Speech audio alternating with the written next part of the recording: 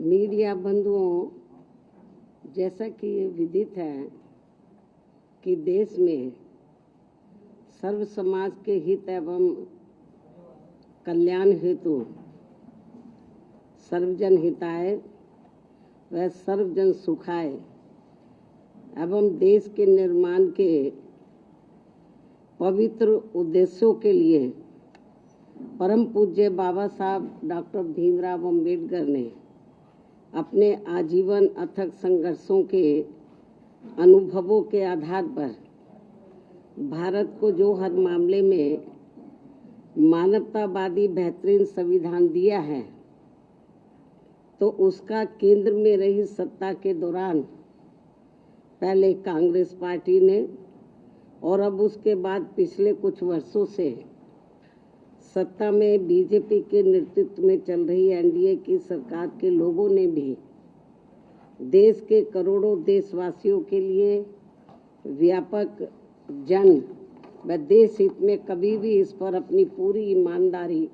व निष्ठा से अमल नहीं किया है, बल्कि इन दोनों ही पार्टियों ने तथा इनके समर्थकों ने भी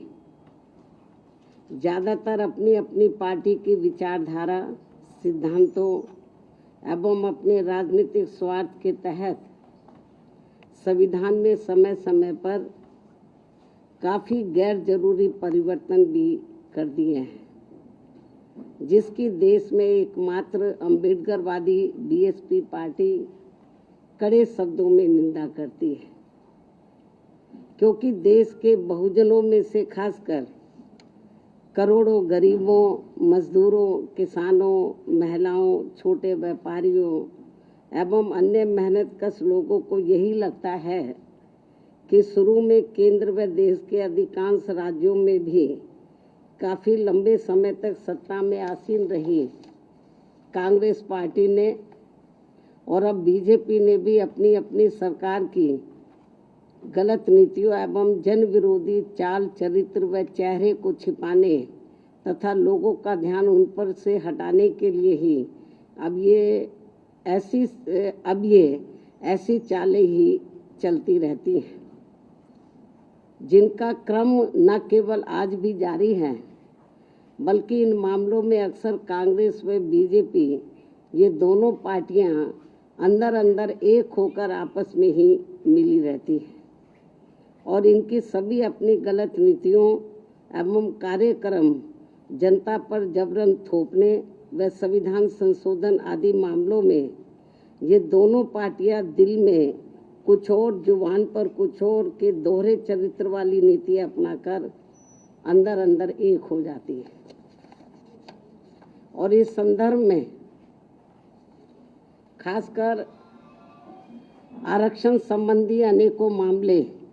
देश के दलितों, आदिवासियों व अन्य पिछड़े वर्गों के लोगों के सामने अभी भी ताजा है, जिससे स्पष्ट तौर पर इन वर्गों के साथ साथ जन व देश हित भी प्रभावित होता है और देश की ज्वलंत समस्याएं जनता को दुखी एवं त्रस्त व उनके जीवन को लगातार लाचार और कष्टदायी बनाती रहती हैं, जबकि इन पार्टियों को अपने संकीर्ण विचार एवं राजनीतिक स्वार्थ से ऊपर उठकर आमजन व देश हित में संविधान व उसके मानवतावादी उद्देश्यों के साथ बिल्कुल भी छेड़छाड़ नहीं करना चाहिए, ताकि अपने भारतीय संविधान की पवित्रता हमेशा बरकरार बनी रहे। किंतु इन दोनों पार्टियों व इनकी सहयोगी पार्टियों के भी स्वभाव व कार्यकलापों आदि से साफ जाहिर होता है कि ये सभी पार्टियां अंदर अंदर आपस में मिलकर बाबा साहब डॉक्टर भीमराव अम्बेडकर द्वारा निर्मित किए गए समता मूलक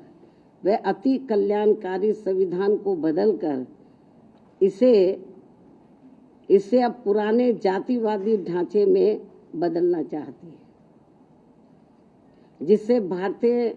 मानवतावादी जनमानस व हमारी पार्टी कतई भी बर्दाश्त करने वाली नहीं है। वैसे भी भारतीय संविधान व उसकी उद्देशिका में जिन भी शब्दों का इस्तेमाल किया गया है वे देश की आत्मा को तृप्त करती हैं और जिन्हें काफ़ी सूझबूझ, लंबे व गहरे सोच विचार के बाद ही देश में लागू किया गया है। और अब उनके साथ किसी भी प्रकार का कोई और छेड़छाड़ करना ठीक नहीं है, बल्कि ये घोर अनुचित होगा। बीएसपी की ये इन पार्टियों को सलाह भी है, किंतु ये अति दुखद है कि देश को भारतीय संविधान के मामले में बार बार ऐसी अप्रिय परिस्थिति का सामना करना पड़ता है।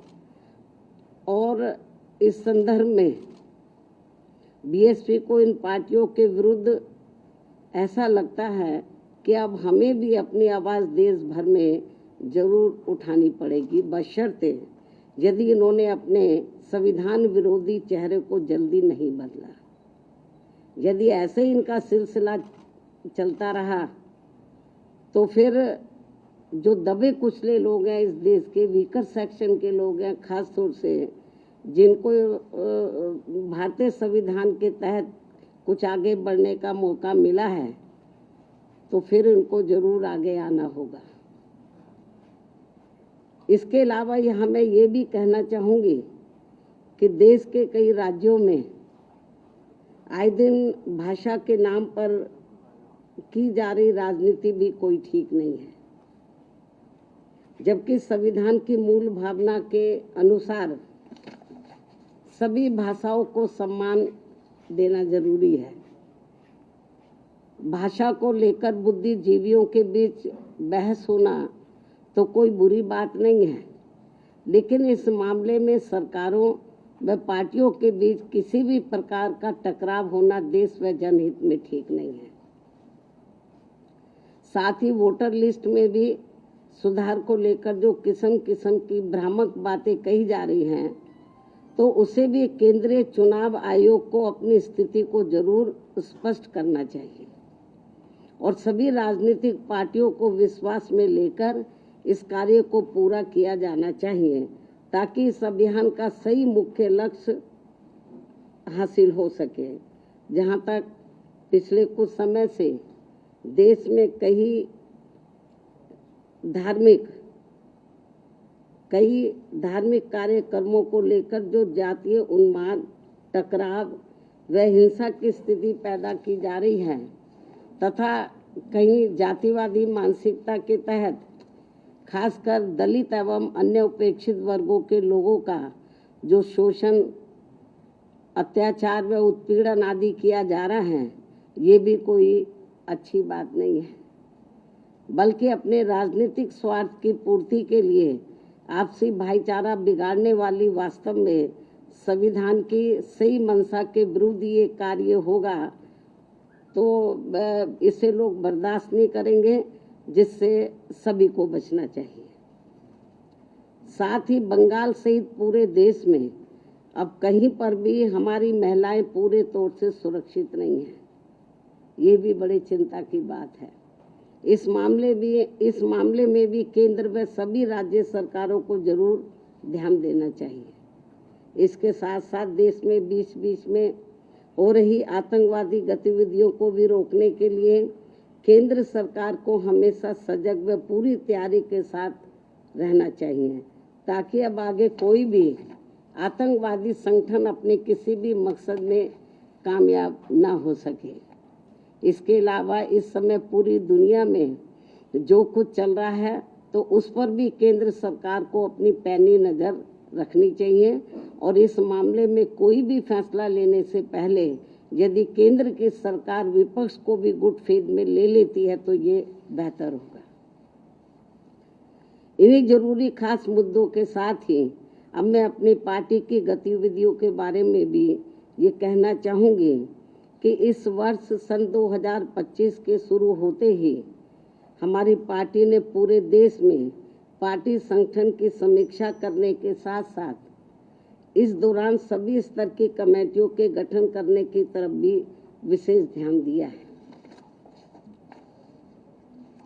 और इस संबंध में मैंने इस वर्ष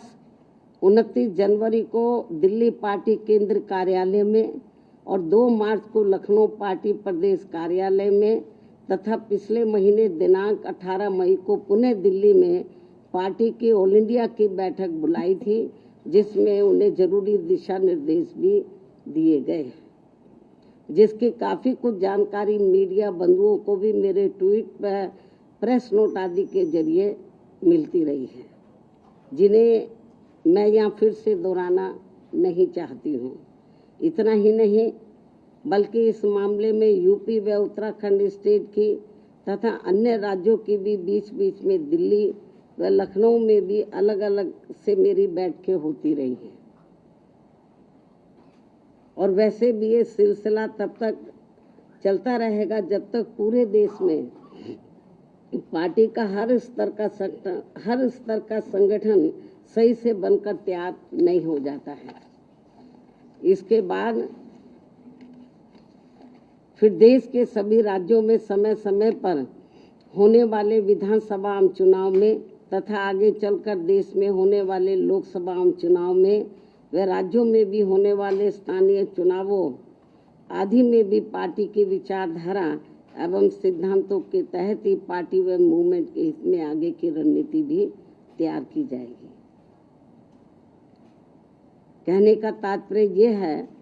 कि हमारी पार्टी इस समय पूरे देश में अपनी पार्टी के जनाधार को मजबूत करने में पूरे जी जान से लगी है और दूसरी पार्टियों की तरह अपनी पार्टी व मूवमेंट की गतिविधियों को अधिकांश मीडिया व शोबाजी आदि तक ही सीमित नहीं रखती है, बल्कि उन्हें जमीनी हकीकत में भी अमल में होते हुए देखना चाहती है। इन्हीं जरूरी बातों के साथ ही अब मैं आपका धन्यवाद अदा करती हूँ। जय भीम व जय भारत। अब आखिर में यदि आप लोग संबंधित मुद्दों के संबंध में कुछ और पूछना चाहते हैं तो आप एक एक करके सवाल पूछ सकते हैं, वरना मैं आपसे यही रजा लेती हूँ। धन्यवाद। उसका जवाब मैं दे चुकी हूँ। जनरल अकेला इटावा नहीं, पूरे देश में ऐसे आए दिन काफ़ी घटनाएं हो रही हैं, उसका जवाब मैंने दे दिया है। और पूछो।